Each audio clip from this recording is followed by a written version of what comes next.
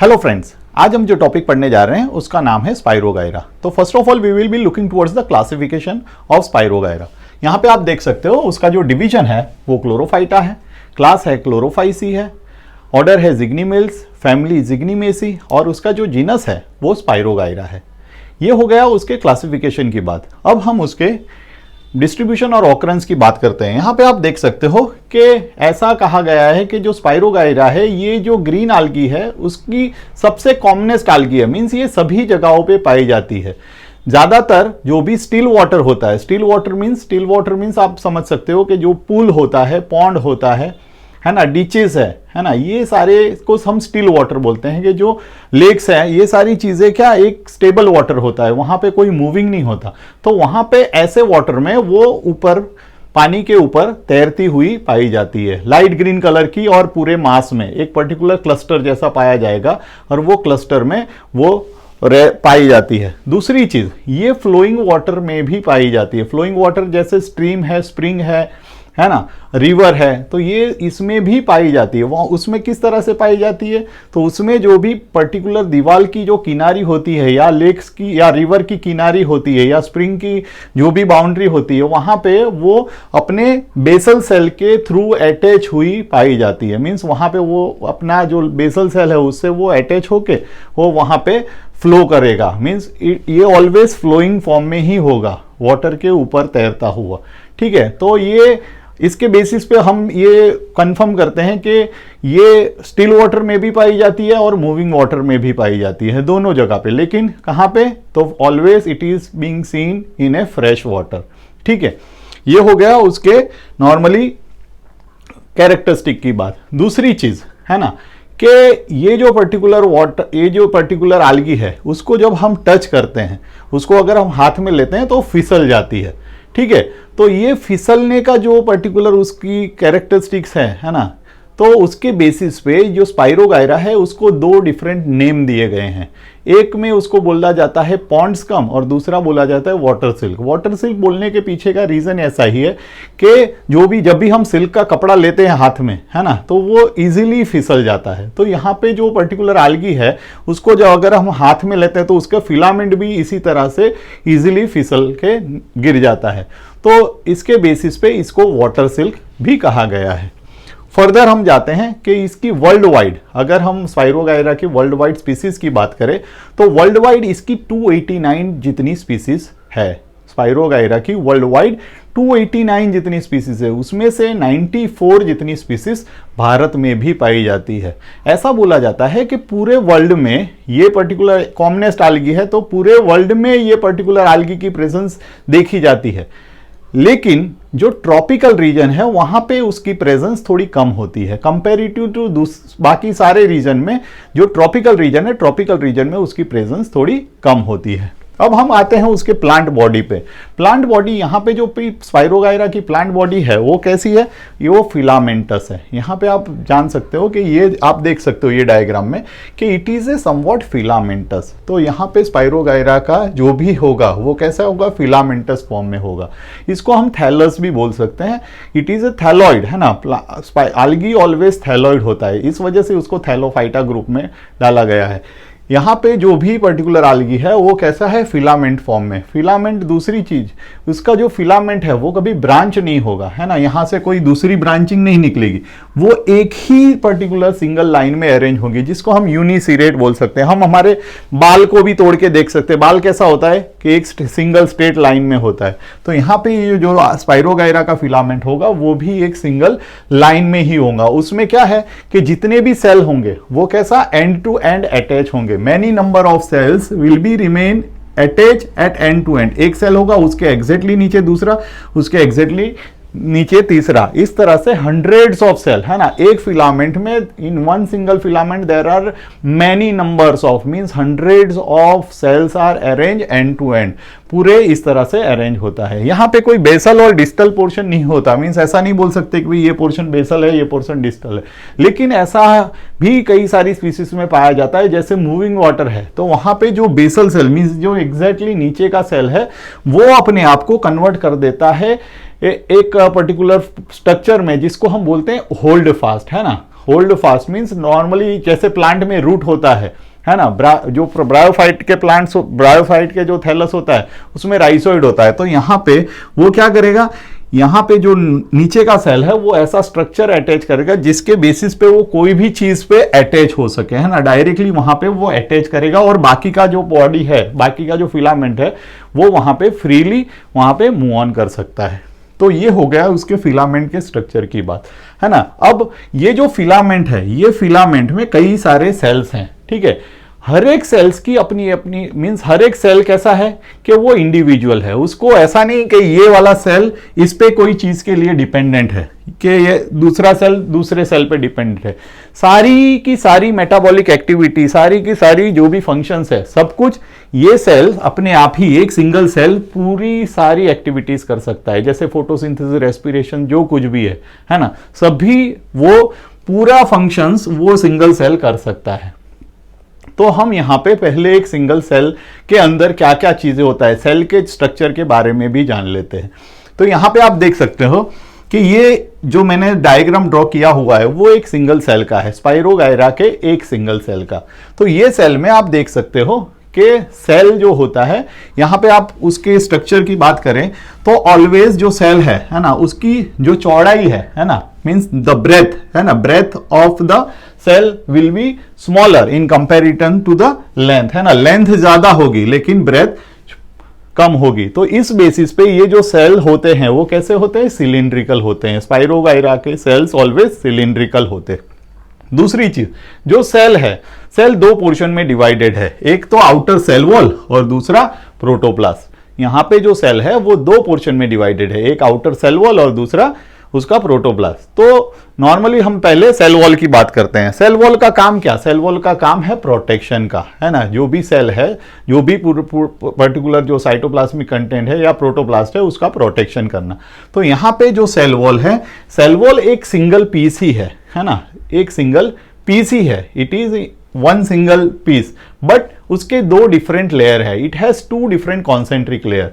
ऐसा मैं as for example ये हम देख सकते हैं कि ये पेन कैसी है, सिंगल है, लेकिन उसकी दो पर्टिकुलर लेयर होंगे, एक इस साइड का लेयर और एक इस साइड का लेयर, है ना। तो यहां पे एक अंदर का लेयर है और एक बाहर का लेयर है ना। तो यहां पे भी सेल वॉल सिंगल है but it has two different concentric layer, one inner layer and one outer layer, ठीक है। एक इस तरफ को अगर हम आउटर गिनते हैं तो इस तरफ को हम इनर गिनेंगे। यहां पे जो इनर लेयर है, इनर लेयर मैंने रेड लाइन से ड्रॉ की हुई है, तो इसके बेसिस पे आपको ये पता चलेगा जो इनर लेयर है वो सेल्यूलोज का बना हुआ होता है। Inner layer is made up of cellulose. लेकिन जो आउटर लेयर है, जो बाहर की आप लाइन देख सकते हो ब्लैक कलर की, वो आउटर लेयर वो पेक्टोज का बना हुआ होता है। क्या, किस लेयर का बना होता है, पेक्टोज का। लेकिन चीजें क्या होती हैं, जो पेक्टोज है वो पेक्टोज क्या करेगा, धीरे धीरे जो पेक्टोज का आउटर लेयर है वो धीरे धीरे differentiate, means it will get converted into pectin. Means पूरा पेक्टोज नहीं, लेकिन पेक्टोज का जो बाहरी लेयर है, जो एकदम मींस आउटर वाला पोर्शन है ना, वो धीरे धीरे पेक्टिन में कन्वर्ट हो जाएगा। और ये पेक्टिन क्या करेगा, धीरे धीरे जो भी वाटर है वाटर में डिसॉल्व होगा और it will get converted into mucilage, है ना। तो इसके रीजन, ये म्यूसिलेज में जब पेक्टिन कन्वर्ट हो जाता है, उसके बेसिस पे जब हम उसको पकड़ते हैं, है ना, स्पाइरोगायरा को, तो वो फिसल जाती है। मींस ये स्लिमी बना देता है। पेक्टिन जब डिसॉल्व हो जाता है, म्यूसिलेज में कन्वर्ट होता है, तो वो उसको स्लिमी बना देता है। तो इस वजह से ये स्लिपरी होती है, ठीक है, जो स्पाइरोगायरा, और इस वजह से उसको नाम दिया गया है क्या, वाटर सिल्क, ठीक है। तो ये हो गया सेल वॉल की बात, ठीक है। अब फर्दर हम जाते हैं प्रोटोप्लास्ट की बात करने। तो यहां पे दूसरी एक चीज मैं बता दूं कि जो सेल वॉल है, ठीक है, सेल वॉल में कोई पोर्स नहीं है या कोई मार्क, एक्सटर्नल मार्क्स भी नहीं पाए जाते। There is no single pores और no external mark presence in the cell wall. अब हम इसके प्रोटोप्लास्ट की बात करते हैं। प्रोटोप्लास्ट की अगर हम बात करते हैं तो protoplast is differentiated into one plasma membrane, second chloroplast, third nucleus, four पायरिनॉइड्स, है ना, ऐसे सेंट्रल वैक्यूल्स, ऐसे कई सारे पर्टिकुलर पोर्शन जो कि प्रोटोप्लास्ट के अंदर पाए जाते हैं। तो यहाँ पे protoplast is differentiated into all such thing. तो सबसे पहले हम प्लाज्मा मेम्ब्रेन की बात करते हैं। तो यहाँ पे जो प्लाज्मा मेम्ब्रेन है वो कैसा है? तो यहाँ पे जो प्लाज्मा मेम्ब्रेन है वो परमिएबल है ना, it is permeable and it covers the entire cytoplasm. वो साइटोप्लाज्म को चारों तरफ से कवर करके रखता है। दूसरी चीज, दूसरा इंपॉर्टेंट स्ट्रक्चर यहाँ पे जो है, यहाँ पे आप देख सकते हो स्पाइरल स्ट्रक्चर है ना, ये स्पाइरल स्ट्रक्चर है क्लोरोप्लास्ट का। किस चीज का है? ये स्पाइरल स्ट्रक्चर है क्लोरोप्लास्ट का। क्लोरोप्लास्ट मीन्स जो कि फोटोसिंथेसिस करता है, ठीक है। तो यहाँ पे जो क्लोरोप्लास्ट है वो कैसा है? It is in A spiral mean spiral form है ना, उसका स्ट्रक्चर कैसा है? स्पाइरल ही है, स्पाइरल स्ट्रक्चर है, ठीक है। इसके बेसिस पे ये पर्टिकुलर जीनस को नाम दिया गया स्पाइरोगायरा है ना। ये this arrangement of chloroplast in A spiral form है ना, इसी के बेसिस पे इसको नाम दिया गया है क्या? स्पाइरोगायरा। क्योंकि यहाँ ये पर्टिकुलर जीनस में जितनी भी हम फिलामेंट्स देखेंगे सब में जो भी क्लोरोप्लास्ट प्रेजेंस होगी वो कैसी होगी? वो स्पाइरली अरेंज क्लोरोप्लास्ट की होगी है ना। तो इसी के बेसिस पे इसको नाम स्पाइरोगायरा दिया गया है। दूसरी चीज, ये जीनस वाइज वेरी करता है। जीनस वाइज क्या वेरी करता है? Number of chloroplast. किसी में एक ही क्लोरोप्लास्ट होंगे, किसी में 2 होंगे, किसी में 3 होंगे, किसी में 15 तक हो सकते हैं, लेकिन सारे के सारे क्लोरोप्लास्ट कैसे अरेंज होंगे? इन ए स्पाइरल फॉर्म। यहाँ पे जो स्पाइरल फॉर्म अरेंजमेंट है वो कैसा है? एंटी क्लॉकवाइज है। आप देख सकते हो कैसा? Anti clockwise. क्लॉकवाइज कैसा होता है? ऐसा है ना, घड़ी ऐसे चलती है, लेकिन anti clockwise means spirally in this form, ठीक है। तो यहाँ पे आप देख सकते हो the spirogyra is arrange in A anti clockwise, ठीक है। तो यहाँ पे ये हो गया क्लोरोप्लास्ट की बात। क्लोरोप्लास्ट का फंक्शन आप लोगों को पता है, द प्रोसेस ऑफ फोटोसिंथेसिस है ना, उसको सिर्फ एक ही काम करना है, फोटोसिंथेसिस करना है।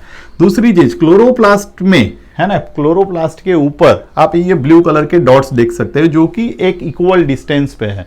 तो ये जो ब्लू कलर के डॉट्स है उसको हम बोलेंगे पायरिनॉइड्स। क्या बोलेंगे? पायरिनॉइड्स। पायरिनॉइड्स का काम क्या? पायरिनॉइड्स का काम है it increase the concentration of CO2 सबसे पहले। दूसरी, it's helps in the process of star synthesis. Third thing, वो स्टार जो सिंथेसाइज हुआ है उसको स्टोरेज भी वही करेगा। तो यहाँ पे जो पायरिनॉइड्स है वो ये 3 चीज करेगा। एक, CO2 का कॉन्सेंट्रेशन बढ़ाएगा, दूसरी चीज स्टार्च के सिंथेसिस में हेल्प करेगा, और जो भी स्टार्च सिंथेसाइज हुआ उसको वो स्टोर करके रखेगा, ठीक है। तो ये 3 चीज ये पायरिनॉइड्स करेगा। तो पायरिनॉइड्स यहाँ पे काफी सारे हैं। तो ये क्लोरोप्लास्ट के ऊपर ये इसकी एक कैरेक्टरिस्टिक्स है ना, ये इसकी कैरेक्टरिस्टिक है स्पाइरोगायरा की। वन मोर थिंग, यहाँ पे आप सेंटर में न्यूक्लियस देख सकते हो। न्यूक्लियस यहाँ पे ऑलवेज स्पाइरोगायरा में सेंटर में ही होगा। उसके पीछे का रीजन है, यहाँ पे आप देख सकते हो स्ट्राट्स है ना, यहाँ पे साइटोप्लाज्मिक स्ट्राट्स है। वो साइटोप्लाज्मिक स्ट्राट न्यूक्लियस से कनेक्टेड होते हैं और वो क्या करेंगे? न्यूक्लियस को एकदम सेंटर में खींच के रखेंगे ताकि न्यूक्लियस एग्जैक्टली सेंटर में पड़ा रहे, ठीक है। तो ये हो गया न्यूक्लियस की बात। न्यूक्लियस को आपको पता है कि भाई क्या है उसका काम, ठीक है। फर्दर जो दूसरा स्ट्रक्चर है कि सेंट्रल वैक्यूल्स, यहाँ पे सेल के अंदर एक लार्ज सेंट्रल वैक्यूल्स की भी प्रेजेंस पाई जाती है। लार्ज सेंट्रल वैक्यूल्स का काम क्या हुआ? सेंट्रल वैक्यूल्स जो होता है, सेंट्रल वैक्यूल्स के अंदर, in the central vacuoles there is a presence of cell sap है ना, सेल सेप की प्रेजेंस होती है। सेल सेप मीन्स किस चीज का बना होता है? Means huge amount of tannin है ना, टेनिन ज्यादा अमाउंट में, और दूसरी चीज organic and inorganic compound in the form of solution है ना। ये सारी चीजें सेल सेप मीन्स ये सारी चीजें मिलके सेल सेप बनाते हैं। और सेल सेप साइटोप्लाज्मिक कंटेंट से अलग कैसे होता है? तो it has one particular membrane है ना, सेल सेप के ऊपर एक पर्टिकुलर मेम्ब्रेन होता है जो कि सेमी परमिएबल होता है, ठीक है। ये मेम्ब्रेन को हम बोलेंगे टोनोप्लास्ट। यहाँ पे जो सेंट्रल वैक्यूल्स है उसका जो मेम्ब्रेन है उसको हम बोलेंगे टोनोप्लास्ट। ये टोनोप्लास्ट साइटोप्लाज्मिक लिक्विड फ्लूइड को और सेल सेप को दोनों को अलग करके रखता है, ठीक है। तो ये हो गया सेंट्रल वैक्यूल्स का काम, ठीक है। दूसरी चीज, एक इंपॉर्टेंट स्ट्रक्चर है जो भी कॉन्ट्रैक्टाइल वैक्यूल्स, आप देख सकते हो ये है यहाँ पे, ये स्मॉल स्मॉल डॉट्स मैंने मींस ब्लैक कलर के राउंड ड्रॉ किए हैं, वो है कॉन्ट्रैक्टाइल वैक्यूल। कॉन्ट्रैक्टाइल वैक्यूल का काम ये है कि जब सेल एकदम टर्गिड हो जाता है, जब excess amount of water cell के अंदर आ जाता है, तो ये जो कॉन्ट्रैक्टाइल वैक्यूल है वो क्या करेगा, कॉन्ट्रैक्ट करेगा और फिर वापिस से ओपन होगा। तो जब ये कॉन्ट्रैक्ट करके ये जो प्रोसेस करता है कॉन्ट्रैक्ट होने की, तो during that time access amount of water जो सेल के अंदर है वो एक्सेस अमाउंट ऑफ वाटर को रिमूव कर देता है, ठीक है। तो this is what about the structure of spirogyra. तो ये सारे इंपॉर्टेंट चीजें यहाँ पे प्रेजेंस होती है एक सिंगल सेल में। दूसरी चीज, आपको ऐसा लगेगा कि इतने ही सेल ऑर्गेनल्स प्रेजेंट नहीं, इसमें माइटोकॉन्ड्रिया, कई सारे नंबर में माइटोकॉन्ड्रिया भी प्रेजेंट होता है, एंडोप्लाज्मिक रेटिकुलम भी प्रेजेंट होता है और डिक्टियोसोम्स भी प्रेजेंस पाए जाते हैं, है ना। तो ये सारी चीज़ों की भी प्रेजेंस यहाँ पे होती है। लेकिन ये जो मैंने आपको डिस्क्राइब किए, ये सारे इंपॉर्टेंट चीज़ें थी जिसके बारे में जानना बहुत इंपॉर्टेंट था। तो ये हो गया सिंगल सेल के बारे में। अब फर्दर एक चीज़ मैं और बता दूं कि यहाँ पे जो सेल है, एक सिंगल सेल है ना, ये सेल पूरे फिलामेंट्स में कैसे कन्वर्ट होते हैं।